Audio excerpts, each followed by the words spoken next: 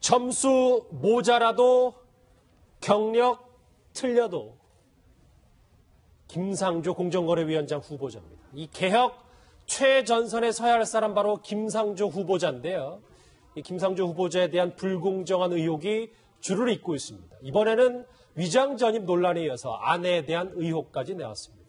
오른쪽에 준비한 게 있는데 한번 같이 보시겠습니다. 지금 가장 주목을 받고 이슈가 되고 있는 게 바로 김상조 후보자의 부인인데, 이 국립고등학교에 영어 강사 지원서를 냈는데 이게 좀 여러 가지 말들이 많습니다. 하나씩 짚어봐야 될 텐데 먼저 토익 점수 얘기부터 좀 해봐야 될 것 같아요. 이종우 실장님, 이게 좀 자세하게 설명을 해주세요. 네, 두 가지예요. 하나는 이 영어 강사를 이제 공모를 하면 영어 강사든 어떤 강사든 기준이 있어야 될 거 아닙니까? 처음에 서류를 내야 되는 기준 중에 하나가 토익 점수예요. 토익 점수가 하필이면 보니까 901점 이상이요. 이상이 되어야 한다라고 기준이 되어 있습니다. 그런데 지금 야당 의원이 서울시 교육청에 자료를 이제 제출받아서 본 결과 900점이에요. 그렇다면 점수가 미달되었다. 그런데 미달되었는데도 불구하고 국립고등학교에 버젓이 지금 영어 강사로 채용이 돼서 영어 강사로 이제 그 직업을 했으며, 또 한 가지 더 결정적인 거는 시기예요. 며칠까지 원서를 내야 한다라고 했는데 실질적으로 낸 기간은 훨씬 그 후에 냈단 말이죠. 그런데 이미 이 접수를 받고 한 것은, 그러니까 이 지원 서류를 내지도 않았는데도 불구하고 접수를 받아서 채용을 했다. 이런 지금 결론을 낼 수밖에 없는 거죠. 그렇다면 버젓이 특혜다. 이 특혜는 도대체 왜 이 사람한테만 이런 특혜가 있었느냐라는 것이 의혹 제기의 첫 번째입니다. 다시 한번 준비한 걸 보실게요. 이제 개괄로 좀 이종훈 실장님이 설명을 해주셨고, 이거는 이 자료는 자유한국당 김선동 의원 측에서 저희에게 자료를 넘겨줘서 저희가 이 나머지 부분, 사생활 관련된 부분은 다 이렇게 하얗게 좀 잘 안 보이게 하고, 이 지금 문제가 되고 있는 영어 강사 지원서의 핵심 부분, 토익 900점과 이 부분을 좀 같이 짚어봐야 될 것 같아요. 예, 이현정 의원님, 제가 의원실을 통해서 직접 자료를 받았는데 또 이 부분을 굉장히 집중적으로 이야기를 하시는 게, 경력에 대치동 영어학원 학원장을 역임했다라고 썼는데 서울시 교육청의 자료를 살펴보니 그런 학원은 없었다는 거예요. 그러니까 이제 좀 이 정황을 좀 설명을 드리면, 이게 이제 우리가 고등학교, 중학교의 영어 교육을 강화하기 위해서 주로 이제 원어민 선생님들을 많이 모셔왔어요. 근데 이제 그러다 보니까 이 원어민 선생들이 어떤 면에서 좀 규제가 강화됐어요. 이게 원어민 선생들이 보면 한국에 와서 범죄도 저지르고 해서 이런 자격도 미달되고 해서 굉장히 규제를 강화하다 보니까 학교 측에서는 이 영어 어떤 원어민 선생을 확보할 수가 없습니다.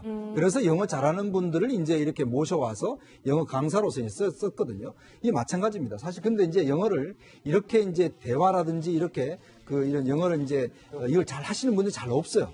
그러다 보니까 학교 측에서는 공모를 하더라도 잘 이제 공모가 되지 않고, 이게 왜냐하면 이제 기간제 교사 비슷한 거니까요. 예. 그렇다 보니까 당시에 김상조 지금 후보자의 아내께서 이제 당시 대치동에 학원을 이제 했는데, 이 학원을 본인이 직접 경영한 게 아니고 학원에 이제 이만 명의사장이라고 할까요? 그러니까 월급쟁이 학원. 그렇죠. 명의는 딴 사람이 소유주고 본인은 그냥 학원 원장으로만 이름 올려있었던 것이죠. 근데 이제 왜 또 학원에 하는 분들이 이걸 하냐면, 학원에 하시는 분들이 이렇게 또 학교에 선생님 한다고 해야만이 또 학원에 많이 옵니다. 그래서 학원의 선생님분들이 또 많이 이렇게 하는 게 있습니다.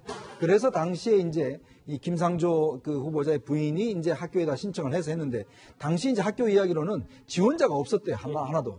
그러다 보니까 이제 뒤늦게 이제 그럼 한번 해보라는 이제 그 권유를 받아서 신청을 했는데, 그러니까 이제 이 900점, 원래 901점이 이제 카트라인인데 900점을 맞은 거죠. 그러니까 1점 차이인 거죠. 그러니까 이제 학교 측에서는 이 정도면 됐다라고 인정을 한 것이고, 학원 같은 경우도 본인이 직접 이제 학원을 운영한 것이 아니기 때문에 이제 그 학원 이름이 없었다. 이렇게 지금 해명하고 있는 겁니다. 어쨌든 말씀하신 건 부정 취업은 맞는 겁니까? 그렇죠. 현재로서 왜냐하면 딱 규정에, 왜냐하면 901점을 했는데 900일째가 넘지 못했고, 그 다음에 모집 기간을 어겼고, 이런 면에서 본다라면 일단 규정을 위반한 건 사실이죠. 그러면 허 교수님, 궁극적으로 궁금한 게 그거잖아요. 김상조 후보자가 공정거래위원장을 지금 내정되기 전에는 그냥 일반 대학교 교수였는데, 어떠한 힘에 의해서 만약에 부정 취업이 됐다면 이것도 어찌 보면 특혜가 왜 고스란히 김상조 후보자의 부인한테 갔는지, 이것도 좀 궁금해요. 김상조 후보 부인이 취재한 게 방금 논설위원 설명하신 대로 하면은 어쨌든 다른 공모자가 없었고 그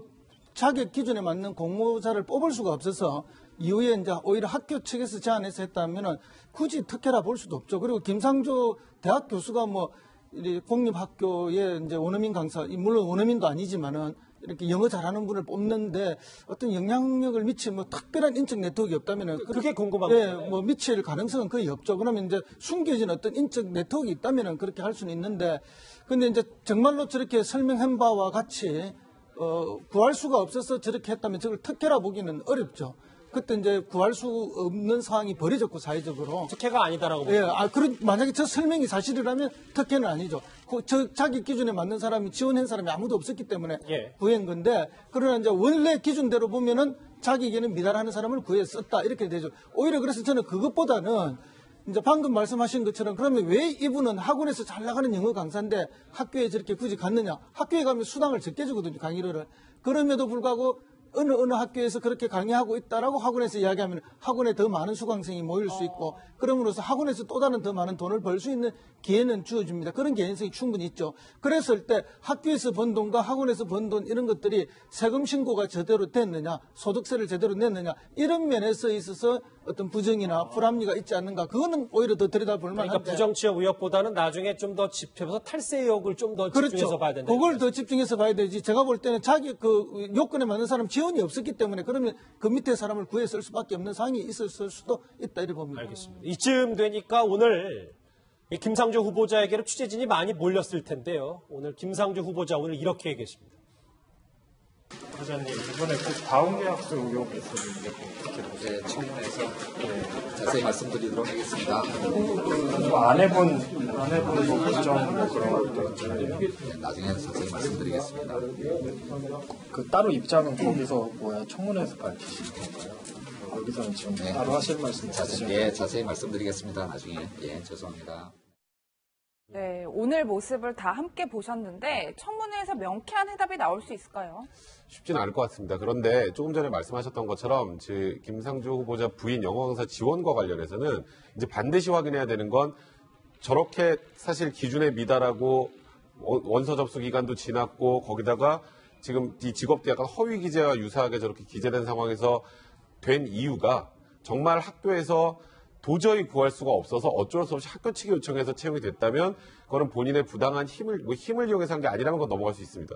그건 넘어갈 수 있다고 생각을 하는데 저 과정 자체가 뭔가 김상조 당시 교수가 뭔가 부당한 영향력을 행사해서 저게 이루어진 거라면 그렇다면 이거는 이거 하나만 가지고도 장관이 되게 굉장히 부적합한 사회가 되는 거기 때문에 지금 청문회에서 자세히 밝힌다라는 부분이 결국은 그 부분이 될 것 같다라는 생각이 들고요.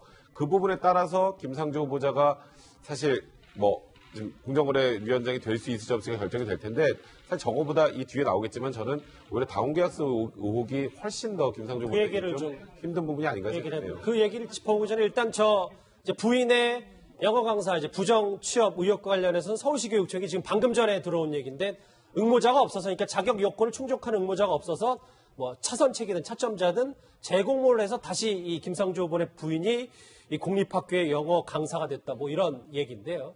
뭐 일단 서울시 교육청의 얘기는 알겠습니다.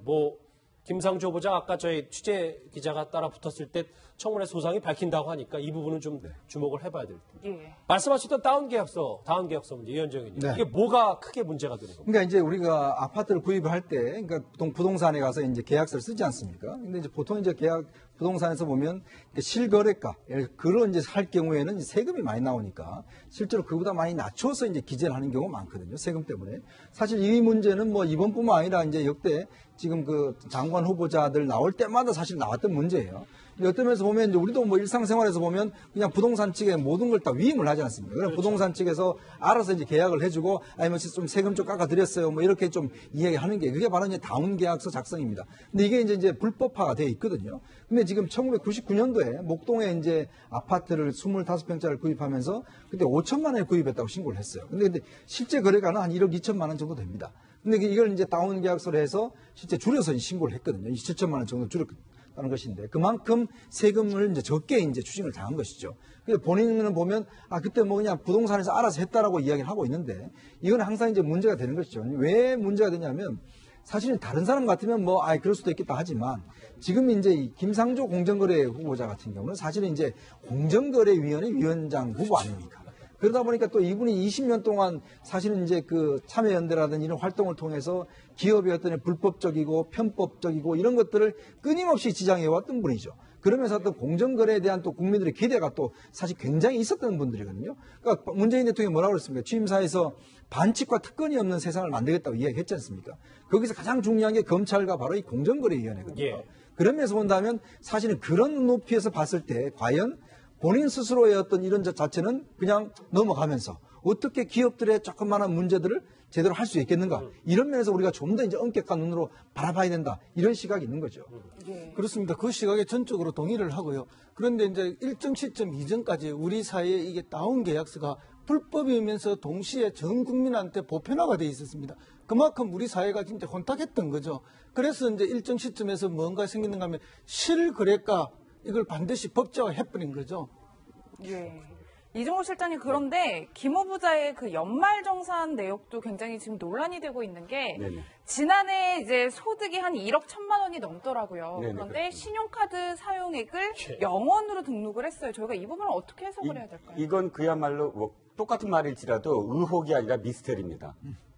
의혹은 뭔가 이게 뭐 문제가 있는 것 같은 게 의혹인데 이건 정말 미스터리예요. 자, 왜 이 말씀을 드렸냐면 저 좀 설명을 드릴게요.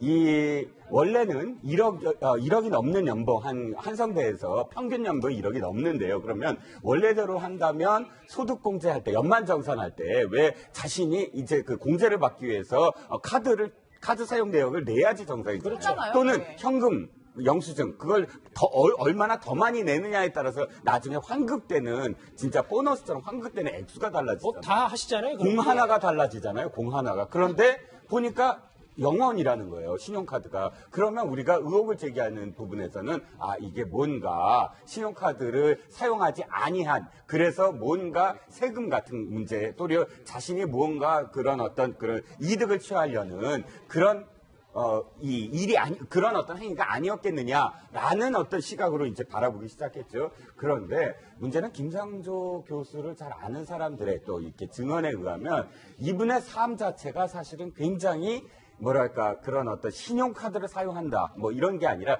티머니만 사용하고 티머니를 사용해서 왜 티머니라는 게 있지 않습니까? 교통카드긴 하지만 거기에 현금으로 입금을 해서 사실 그걸 굉장히 많은 부분에서 쓸 수가 있어요. 교통이라는 부분도 그렇고 또 뭐 편의점이라든지 이런 부분에서 다 티머니로 사용을 합니다. 그러니까 신용카드랑은 좀 다르죠. 그리고 부인으로부터 받는 용돈 그 위에는 쓰지 않고 또 보통 우리가 신용카드를 사용한다는 건 좀 사회생활을 한다 그러면 무조건 사용해야 되지 않나요? 네. 친구들에게 밥이라도 한 끼 사야 되고 또 그 가족의 외식을 나가서 외식을 나가서 한번 밥도 먹어야 되고 그런데 그런 활동이 거의 없었다. 그러니까 굉장히 그냥 자신의 어떤 삶만 가족과의 삶만 그렇게 살아왔던 사람이다 라는 증언을 해요. 만약에 그게 사실이라면 좀 이해되는 측면도 있지만 그러나 신용카드를 물론 하나도 사용하지 않은 건 아니에요. 왜냐하면 25%를 넘어야 신고를 하는 것이죠. 시장 그래서 문제가 된다는 겁니까? 안 된다는 겁니까? 그러니까 그 삶이 만약 그런 삶이 가능하다면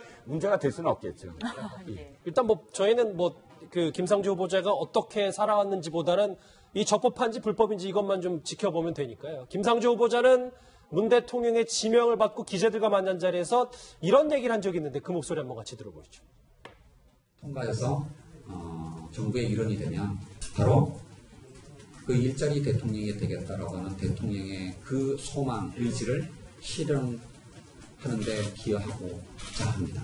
법 적용 대상에 예외는 없습니다. 하지만 일단은 4대 기립에 집중해서 현행법을 엄정하게 집행할 거고요. 예, 뭐 예외는 없다, 엄정하게 집행하겠다 이렇게 이야기를 하고 있는데 저희가 어떻게 평가를 할 수 있을까요? 사실 지금 나와 있는 의혹들이 이제 의혹이 아니라 이건 사실상 현행법 위반 상황으로 드러나게 된다면 다른 사실 청문회 대상 장관들이 아니라 공정거래위원장이라면 이건 문제가 좀 커질 거라는 생각이 듭니다. 아까 말씀하셨던 이 안에 공립학교 취업과 관련해서도 제가 아까 말씀드렸던 것처럼 부득이하게 학교 측에서 특별한 영향력을 행사하지 않았는데 취업을 시켰다면 그거는 별 문제가 아니겠지만 아까 말씀드렸던 그 다운계약서 같은 경우는 굉장히 좀 치명적이라는 생각이 들고 또 하나는 이게 살 때만 그런 게 아니에요. 문제는 이 집을 팔 때도 그랬어요. 팔 때도 그 당시 한 2억 6천만 원 정도의 이 집을 팔았는데 그 당시 실거래가가 3억 5천에서 4억 정도 했습니다. 근데 그렇다면 그건 역시 뭐 나중에 양도세나 뭐 이런 부분 세금을 좀 줄이기 위해서 한 거란 말이에요. 그건 명백한 탈법이죠. 그러니까 조금 전에 말씀하셨던 것처럼 4대 그룹에 한해서 현행법을 엄정하게 집행하겠다고 하는 것과 본인이 잣대가 달라지는 문제가 생기잖아요. 이제 그런 부분들은 좀 심각할 것 같고. 생각보다 백 변호사님은 법적으로 봤을 때 심각하다 이런 말씀. 그리고 이제 아들 병역 특혜 의혹과 관련해서는 이거는 이제 해명을 좀 들어봐야겠지만 아들이 소총병으로 들어갔다가 4개월 만에 이제 근무병으로 이제 보직이 변경이 되고요. 그리고 마지막에 그 전역 5달 앞두고 이제 매달 뭐 5일에서 9일 정도 휴가를 와서 특혜를 입었다라고 하는데 이것도 실제 특혜라면 부당한 영향을 행사해서 얻은 특혜란 문제가 심각할 거고 그게 아니라면 이 부분 정도 빠질 텐데 결국 지금 김상조 공정거래위원장 후보자의 가장 큰 문제는 결국 좀 그 다운계약서 문제가 아닌가 생각합니다. 다운계약서 문제가 될 수도 있다. 이분이 사셨던 동네만 보더라도 사실은 의혹이 많이 커질 수밖에 없어요. 다운계약서를 작성한 그런 지역들이 모두 다 목동, 대치동. 주로 그 당시에 부동산 아파트 값이 출렁거렸던 그 지역들에 집중되어 있거든요. 학군이 중요하다. 그렇죠. 학군도 중요하다 보니까. 그래서 본인이 아무리 뭐 그 신용카드를 사용하지 않는 삶을 살았다고 하더라도 그분이 살았던 살았던 지역들은 굉장히 핫한 지역이었다라는 거죠. 알겠습니다. 그래서 청문회 때 어느 정도 밝혀질지가 궁금한데요. 또 다른 인사 논란의 주인공 강경화 후보자 오늘은 해명을 좀 적극적으로 했습니다. 큰딸의 유령회사 의혹 보도까지 나온 상황인데요. 오늘 오전 목소리 같이 들어보죠. 종합에 대해서 부적절하다고 생각하지 않습니까? 전혀 부적절하다고 생각 안 하고 있습니다. 본인의 의사에 따라서 본인이 하고 싶은 것을 하는 거를 엄마로서 막을 이유가 없었습니다. 바로잡지 않으신 이유가 있나요? 남편이 처음 얘기한 얘기가 어제 해명드렸습니다. 네, 감사합니다. 오늘은 상당히 자기 목소리를 냈습니다. 그런데 어제까지는 위장전입, 그러니까 친척집 그 거짓 해명 의혹이 있었다면 오늘은 큰딸 회사에 본인 직속 부하가 투자를 했는데 돈이 꽤 되더라고요. 그래서 이제 그 큰 따님이 이제 아마 스위스에서 이제 와인하고 뭐 치즈 같은 거 수입하는 뭐 그런 회사를 이제 설립을 한 모양인데 이 회사에 이제 한 수천만 원 정도의 이제 초기 투자금을 본인이 이제 데리고 있었던 직원이 이제 거기에 투자를 했다는 것이거든요. 근데 이제 이런 것들에 대해서 이제 아마 본인은 전혀 이거 문제가 없다라고 이제 이야기를 하고 있는데 사실은 어떤 면에서 보면 상사의 딸이잖아요.